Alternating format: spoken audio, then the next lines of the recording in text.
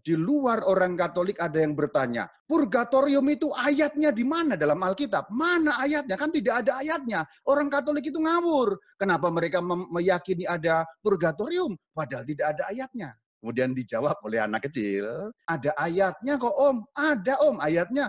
Bahkan ada nalar teologisnya. Tapi by the way, ngomong-ngomong, si Om paham enggak ya nalar teologis itu apa? Gereja Katolik mengatakan bahwa ada dua pilihan, yaitu surga dan neraka. Hanya ada dua. Tapi jalannya ada tiga. Surga langsung, neraka langsung.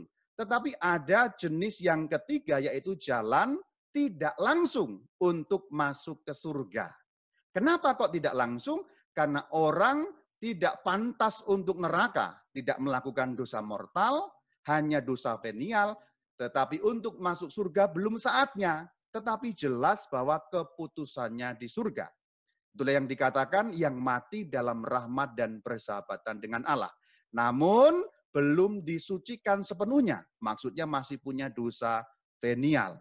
Sudah pasti masuk surga. Sudah pasti akan keselamatan abadinya. Tetapi harus menjalani suatu penyucian. Berarti harus dosanya diampuni dulu. Pertanyaannya adalah, apakah ada dosa yang bisa diampuni setelah kematian? Ada. Jenisnya apa? Jenisnya adalah dosa yang tidak mendatangkan maut. Loh, memangnya ada dosa yang bisa diampuni? Ada. Itu perkataan Sang Kristus sendiri. Firman baginda Yesus dalam Matius 12:32. Jenis dosanya apa? Yang tidak mendatangkan maut menurut 1 Yohanes 5 ayat 17. Itulah terangan mengenai purgatorium atau penyucian akhir. Uraian saya malam hari ini bersifat apologetis. Apologetika itu merupakan pertanggungjawaban iman. Artinya, malam ini saya sebagai seorang presbiter Katolik bukan mau membela ajaran Katolik, tidak perlu dibela, tetapi pada malam hari ini saya mau mempertanggungjawabkan kenapa Gereja Katolik kok percaya adanya purgatorium. Ayat Alkitabnya di mana? Nalar teologisnya di mana? Pertama kita harus belajar mengenai dua pilihan tiga cara atau dua pilihan tiga jalan. Ini merupakan ajaran Gereja Katolik tentang akhirat. Tentu saja istilah ini dua pilihan tiga jalan atau dua pilihan tiga cara itu istilah saya. Saudara-saudari, ini istilah Jepang, jelas dan gampang untuk menjelaskan ajaran Gereja Katolik. Tentu katekismus tidak menyebut ini saya sendiri untuk menggampangkan kita berpikir. Pada saat kematian, hanya ada dua pilihan ketika kita mati. Nah, pilihan yang pertama adalah langsung masuk ke surga. Begitu orang masuk ke surga, keadaannya kekal. Kekal artinya selama-lamanya orang yang sudah masuk surga akan terus berada di surga. Tidak mungkin keluar dari sana. Pilihan yang kedua juga langsung. Namun langsungnya beda, yaitu langsung ke neraka. Sifatnya juga kekal. Jadi neraka sifatnya juga kekal. Sekali orang nyemplung neraka, tak mungkin keluar dari sana. Surga kekal, neraka kekal. Nah ini yang dimaksud dua pilihan. Jadi begitu kita mati, saudara-saudari, hanya ada surga atau neraka. Tidak ada yang lain. Namun kemudian ada satu jalan lagi atau satu cara, surga tidak langsung. Nah surga tidak langsung inilah yang disebut sebagai purgatorium atau api penyucian di dalam bahasa Indonesia. Purgatorium, purgatori, api penyucian, itu sama. Maka kalau kita lihat bagian ini, maka pilihannya memang hanya ada dua, yaitu surga atau neraka. Tetapi jalannya ada tiga, atau caranya ada tiga. Yang pertama langsung surga, yang kedua langsung neraka, yang ketiga tidak langsung ke surga. Itulah yang dimaksud bahwa melalui penyucian orang akan sampai kepada surga. Tapi memang sudah jelas masuk surga. Nah inilah ajaran Gereja Katolik mengenai purgatorium. Untuk Anda dapat ngecek, recheck, apakah yang saya katakan benar atau tidak, Anda bisa membuka KGK 1021 sampai 1041. KGK atau CCE. KGK itu Katekismus Gereja Katolik, kalau bahasa Latinnya itu CCE. Katekismus Katolike Ecclesiae.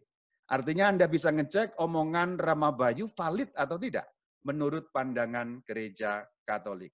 Nah, kita akan lihat nalar teologis purgatorium. Pertama memang harus diakui, ajaran mengenai purgatorium, ayat-ayatnya dalam Alkitab tidak sejelas ayat-ayat mengenai surga dan neraka. Itu betul. Kalau surga itu jelas sekali, disebut sangat jelas. Neraka juga disebut sangat jelas. Apakah purgatorium jelas? Memang harus diakui kurang jelas. Tapi kurang jelas itu bukan tidak jelas. Karena kalau kurang jelas itu memang perlu diperjelas menggunakan nalar teologis. Jadi disinilah kita perlu menalar ajaran purgatorium dengan suatu nalar teologis. Kalau membaca Alkitab secara harafiah, apalagi secara cocokologi dan comotologi, itu nggak mungkin nyampe pada kesimpulan purgatorium. Tapi sebenarnya kalau kita membaca Alkitab dengan teliti dan dengan menggunakan ilmu tafsir yang benar, ada ajaran purgatorium dalam Alkitab. Ada ayatnya bahkan. Hanya ayatnya itu tersebar di sana-sini, kita harus merangkainya. Bukan satu atau dua ayat yang utuh langsung mengenai purgatori. Nah, ini yang disebut nalar teologis. Pertama harus saya katakan, ada dua istilah yang dipakai oleh Gereja Katolik terkait dengan hal ini. Istilah itu disebut di dalam KGK. Istilah yang pertama itu berbunyi finalis purificatio. Istilah yang kedua purgatorium. Jadi sebenarnya istilah inilah yang resminya dipakai di dalam ajaran Gereja Katolik. Finalis purificatio itu artinya penyucian akhir. Penyucian akhir. Purificatio itu penyucian, membuat suci. Final itu terakhir atau akhir. Berarti finalis purificatio kalau diterjemahkan penyucian terakhir atau penyucian akhir. Purgatorium itu pemurnian, secara harafiah artinya begitu. Maka ini menunjuk hal yang sama. Memang istilah yang terkenal purgatorium. Kalau di Indonesia ada istilah lain, api penyucian. Loh, kok jadi ada kata api? Apinya dari mana itu? Apakah berarti salah istilah Indonesia? Ya tidak juga, tidak salah. Karena istilah api justru muncul dalam Alkitab, ada landasannya. Meskipun tidak dipakai sebagai istilah resmi. Tapi di dalam terjemahan bahasa Indonesia itu dipakai. 1 Korintus 3 ayat 15. Jika pekerjaannya terbakar, ia akan menderita kerugian. Tetapi ia sendiri akan diselamatkan, tetapi seperti dari dalam api. Jadi dari dalam api tetapi diselamatkan. Berarti ini bukan api neraka. Karena api neraka pasti bukan keselamatan. Yang kedua, ayatnya dalam 1 Petrus 1 ayat 7. Maksud semuanya itu ialah untuk membuktikan kemurnian imanmu yang jauh lebih tinggi nilainya daripada emas yang fana, yang diuji kemurniannya dengan api. Jadi diuji kemurniannya dengan api, dimurnikan dengan api. Maka tadi saya katakan purgatorium itu kalau istilah harafiahnya berarti pemurnian. Tempat memurnikan atau pemurnian. Jadi ada dasarnya sebenarnya dengan api. Nah ini nggak terlalu jelas Romo, betul memang ini belum terlalu jelas. Kita akan lihat supaya lebih jelas. Ajaran gereja di dalam KGK 1030 menyatakan seperti ini.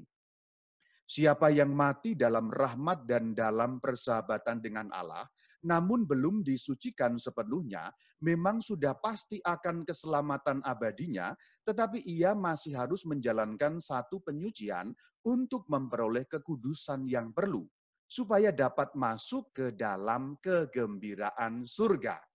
Jadi inilah artikel atau ayat di dalam KGK, atau nomor di dalam KGK yang menjelaskan secara singkat dan padat mengenai purgatorium. KGK 1030. Ingat nomornya itu ya. Ini bahasa Latinnya. CCE 1030. Ille qui in gratia et amicitia Dei sed imperfecte purificati moriuntur quam sui dan seterusnya. Tadi itu kan panjang. Kita akan penggal-penggal sedikit supaya dapat lebih memahami satu penggal kalimat. Ini ayat yang sama dalam KGK atau artikel yang sama, 1030. Hal pertama mengenai purgatori, siapa yang masuk ke purgatori? Yaitu siapa yang mati dalam rahmat dan dalam persahabatan dengan Allah. Nah, ini hal pertama. Jadi orang yang akan masuk dalam purgatori itu orang yang berada di dalam status rahmat. Nah, ini istilah teologisnya berada dalam status rahmat. Maksudnya apa itu? Dalam bahasa negatif adalah orang yang pada saat mati tidak berada dalam dosa mortal. Dosa mortal sudah dijelaskan di dalam cerita mengenai surga dan neraka. Nanti ditonton saja, diklik YouTube-nya Katkit. Orang yang mati dalam rahmat dan persahabatan dengan Allah, gratia et amicitia Dei, itu dalam status rahmat. Bahasa gampangnya, pada saat mati, orang tidak berdosa mortal. Tidak ada dosa mortal. Dosa mortal, dosa yang mematikan. Dalam bahasa gampang, dosa mortal artinya dosa yang membuat orang masuk neraka. Kalau Anda mati tanpa dosa mortal, jelas Anda masuk purgatori.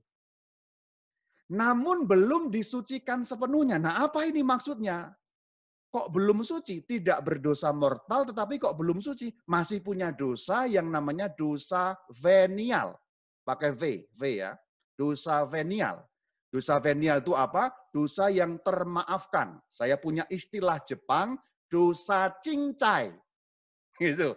Jadi kalaupun Anda mati dengan dosa itu, contohnya Anda berdosa tukang ngentutin temen, nah itu bukan dosa mortal. Itu dosa venial. Itu cuma contoh, nggak mutu memang contohnya, tapi saya asal saja, tapi itu maksudnya dosa ringan-ringan, kelalaian-kelalaian kecil gitu maksudnya. Itu yang namanya dosa venial, dosa cincai. Kalaupun Anda mati dalam keadaan dosa cincai itu, Anda tidak akan masuk neraka. Tetapi belum suci, karena masih ada dosa meskipun namanya dosa venial, dosa ringan. Nah, ini yang dimaksud belum disucikan sepenuhnya. Kalimat selanjutnya, memang sudah pasti akan keselamatan abadinya. Apa maksudnya sudah pasti dengan keselamatan abadinya? Nah, yang dimaksud sudah pasti dengan keselamatan abadinya jelas masuk surga. Sudah diputuskan masuk surga, itu maksudnya.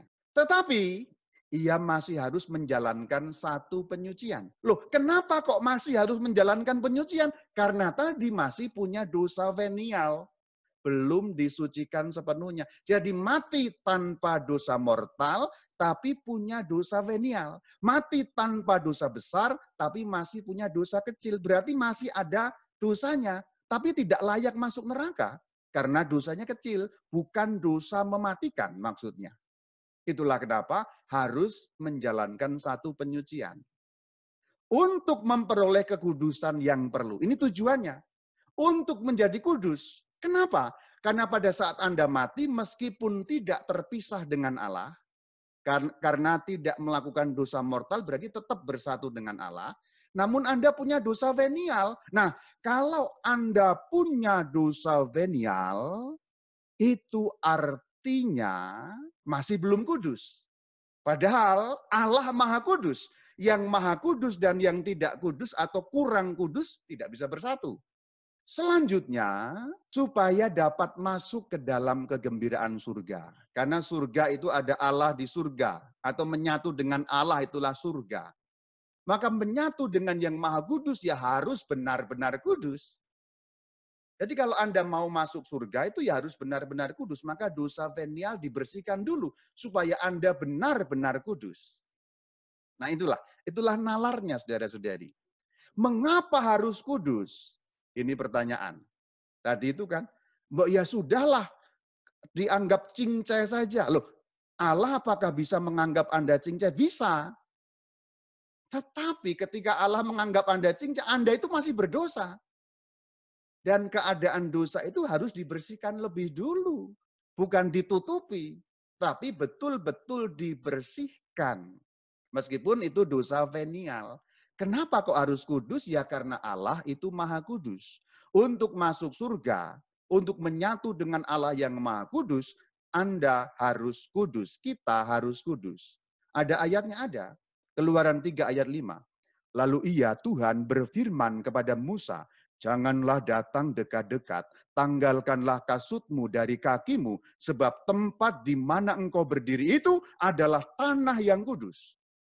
Ini cerita penampakan Tuhan kepada Musa dalam wujud api yang menyala itu.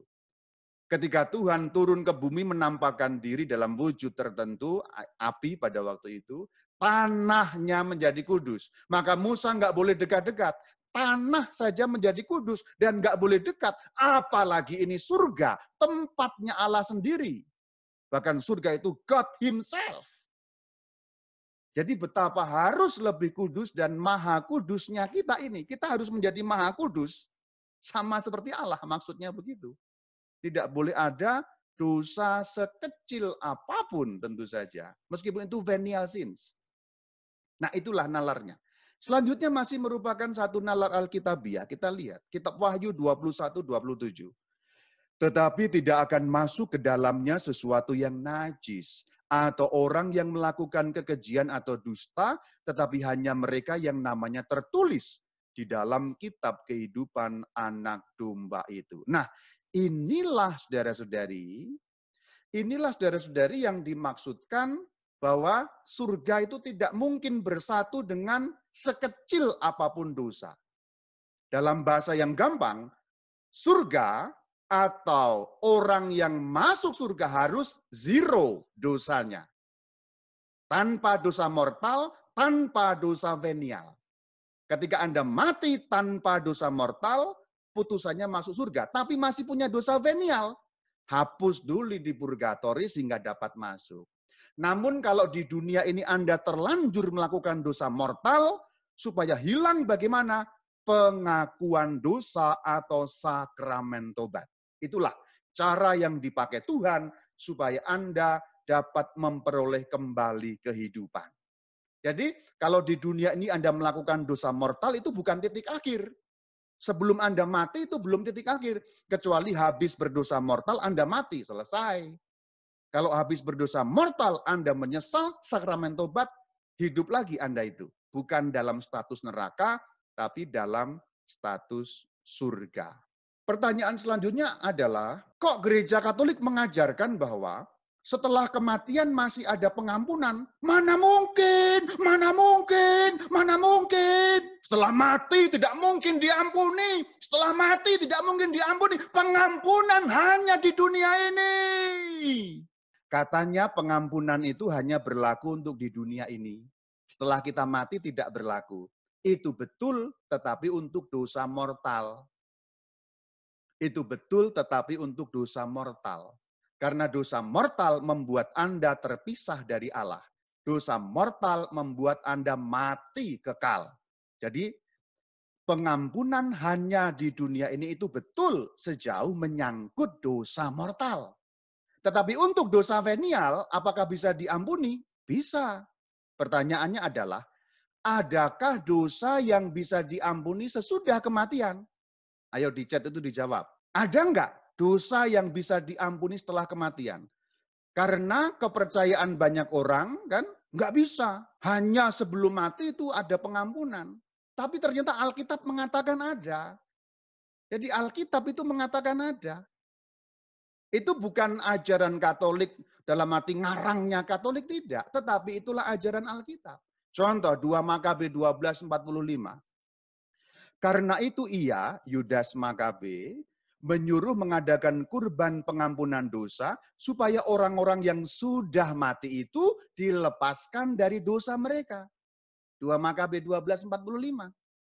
Berarti ada iman bahwa orang yang hidup berdoa dengan doa kurban pengampunan dosa supaya yang sudah mati diampuni dosanya. Berarti ada pengampunan setelah kematian.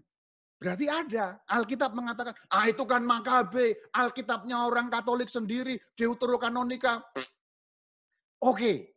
Kalau ini tidak dianggap bahwa karena ini deuterokanonika, oke. Yang selanjutnya adalah perkataan baginda Yesus sendiri. Matius 12 ayat 32. Oke, kalau yang Makabe tadi dianggap lemah, itu kan perjanjian lama. Sudahlah, oke lah. Oke lah, oke lah. Sekarang Matius 12 ayat 32. Ini pernyataan Sang Kristus, junjungan kita, baginda kita. Yesus berkata, apabila seorang mengucapkan sesuatu menentang anak manusia, ia akan diampuni. Tetapi jika ia menentang Roh Kudus, ia tidak akan diampuni. Di dunia ini tidak, dan di dunia yang akan datang pun tidak. Perhatikan, di dunia ini pun tidak. Artinya berarti di dunia sekarang ini tidak diampuni. Dunia ini itu sekarang. Di dunia yang akan datang berarti akhirat setelah kematian. Berarti menurut Matius 12:32, Sang Kristus secara langsung mengajarkan bahwa ada pengampunan yang berlaku untuk dunia ini, ada pengampunan yang juga berlaku untuk dunia yang akan datang, yaitu akhirat setelah kematian. Berarti Sang Kristus jelas mengatakan bahwa setelah kematian ada dosa yang dapat diampuni. Pertanyaan selanjutnya adalah jenis dosa yang mana? Nah itu. Kan ini baru, sekarang kan jawabannya baru ada dosa yang dapat diampuni. Apakah semua dosa? Tidak. Gereja Katolik mengatakan hanya venial sins tadi itu, atau dosa venial tadi. Pertanyaan selanjutnya adalah, jenis dosa yang mana? Atau dosa jenis apakah yang bisa diampuni setelah kematian? Ya, ini kan nalar teologisnya. Saya ulang dari depan tadi itu ya. Orang berdosa.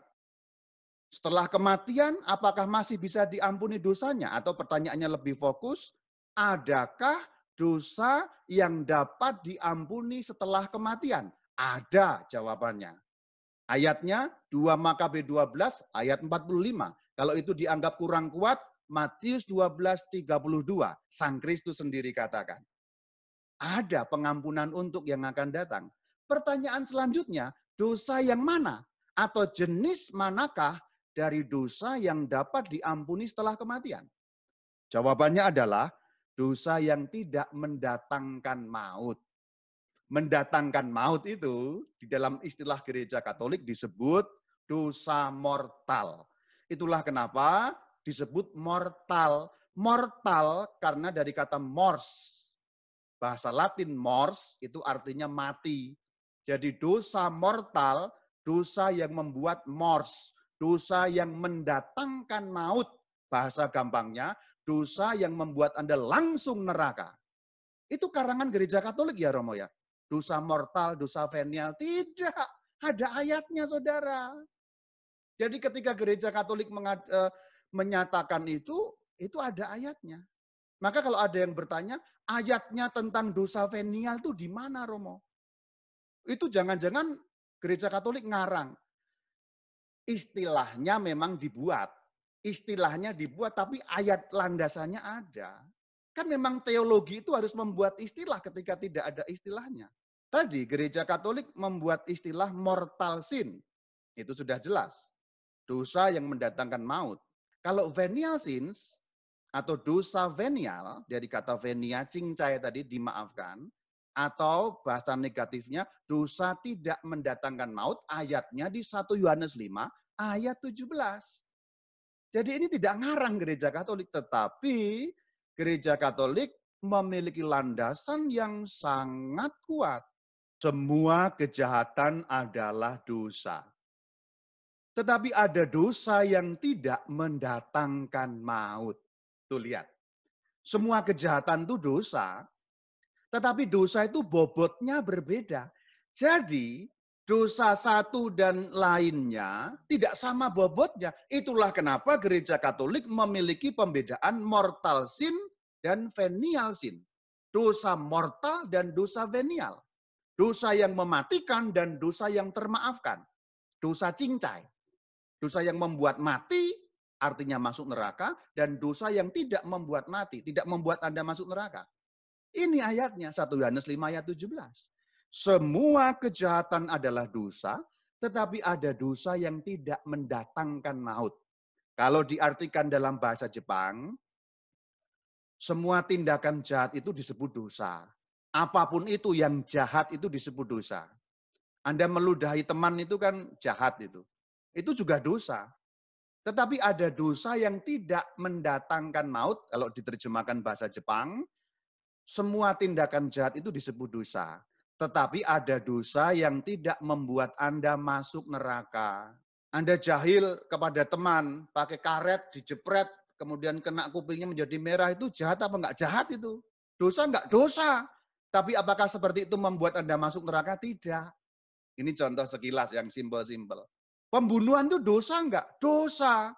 Itu mendatangkan maut enggak? Mendatangkan maut, dosa mortal. Mortal. Membuat Anda terpental ke neraka. Jadi ini nalar teologisnya panjang. Maka pertanyaan, mana ayatnya? Ya enggak begitu, ini nalar teologis. Ayatnya di sana sini dibaca berbarengan, kemudian dinalar dengan penalaran teologis, lalu ketemu, oh ternyata seperti itu. Barulah kemudian kita bisa menyimpulkan dalam KGK 1031. Gereja menamakan penyucian akhir para terpilih yang sangat berbeda dengan siksa para terkutuk purgatorium api penyucian. Jadi menurut KGK 1031, purgatorium sangat berbeda dengan siksa para terkutuk. Siksa para terkutuk itu maksudnya neraka. Jelas sekali. Ajaran Katolik jelas sekali mengatakan purgatorium berbeda sangat. Malah ada kata sangat. Jadi kalau ada yang tanya, itu penderitaannya sama dengan neraka, berbeda. Tradisi gereja berbicara tentang api penyucian dengan berbicara pada teks-teks tertentu dari kitab suci. Nah, uraian tadi sudah saya uraikan. Teks-teks Alkitabnya sangat jelas. Meskipun tidak ada satu ayat pruk yang langsung jelas begitu, tidak ada memang. Tetapi ketika dirangkai berbagai keterangan tadi, menjadi jelas. Kenapa kok gereja bicara mengenai itu?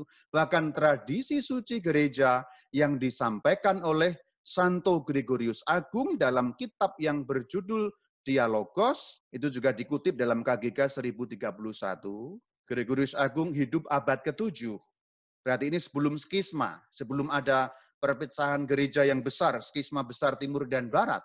Ini sudah mengatakan seperti ini. Ini bagus sekali. Perkataan tradisi suci yang disampaikan Santo Gregorius Agung tampaknya dapat menjadi suatu ringkasan untuk memahami purgatorium itu seperti apa. Bunyinya begini, kita harus percaya bahwa sebelum pengadilan masih ada api penyucian untuk dosa-dosa ringan tertentu.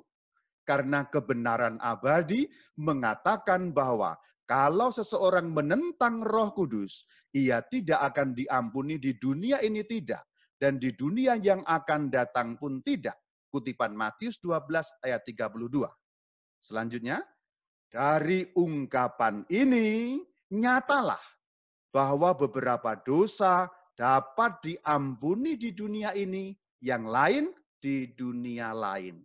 Yang dimaksud di dunia lain, dunia akhirat setelah kematian. Ini disampaikan dalam tradisi suci oleh Santo Gregorius Agung pada abad ke-7. Tentu ini juga bukan muncul begitu saja. Ini nyambung sampai pada zaman gereja-gereja awal tentu saja. Hanya memang ajaran mengenai purgatorium baru diresmikan secara formal pada Konsili Firenze dan kemudian Konsili Trento 1540 tahunnya. Tetapi itu hanyalah penegasan formal saja. Bukan berarti ajaran baru, sudah diyakini dari zaman kuno. Tetapi memang baru didefinisikan. Itu mirip ceritanya dengan iman mengenai Bunda Maria diangkat ke surga. Baru formal 1950. Tapi bukan berarti baru, sudah dari zaman kuno.